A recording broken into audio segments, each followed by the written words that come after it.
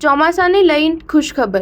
નવું western disturbance સક્રિય અંગ દજાડતી ગરમીથી મળશે ટૂંક સમયમાં રાહત। કાળઝાળ ગરમી સામે ઝઝૂમતા ઉત્તર ભારતને ટૂંક સમયમાં ગરમીથી રાહત મળી શકે છે।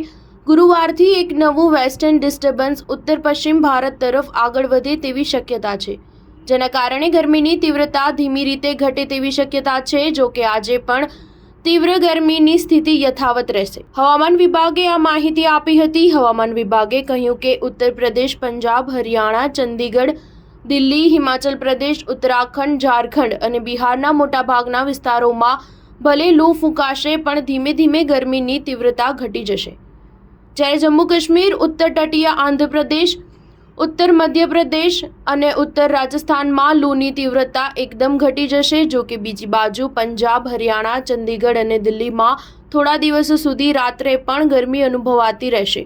IMDની આગાહી અનુસાર ઓડિશા, પશ્ચિમ બંગાળ અને બિહારમાં 2 દિવસ સુધી ગરમી અને ભેજવાળું હવામાન ચાલુ રહે તેવી શક્યતા છે। આગામી 2 દિવસ દરમિયાન પશ્ચિમ બંગાળ, આસામ અને મેઘાલયમાં ભારેથી અતિભારે વરસાદ ચાલુ રહી શકે છે। રાજસ્થાનના મોટા ભાગના વિસ્તારોમાં આકરી ગરમી યથાવત છે। જયપુર સ્થિત હવામાન કેન્દ્ર અનુસાર છેલ્લા 24 કલાકમાં પૂર્વ રાજસ્થાનમાં હળવો વરસાદ નોંધાયો હતો, જ્યારે પશ્ચિમ રાજસ્થાનમાં હવામાન શુષ્ક રહ્યું હતું। આ સમયગાળા દરમિયાન બિકાનેર અને જયપુર વિભાગમાં કેટલાક સ્થળોએ ગરમીની લહેર જોવા મળી હતી। સ્ટાર ન્યૂઝ 7 હંમેશા સચ્ચાઈની સાથે।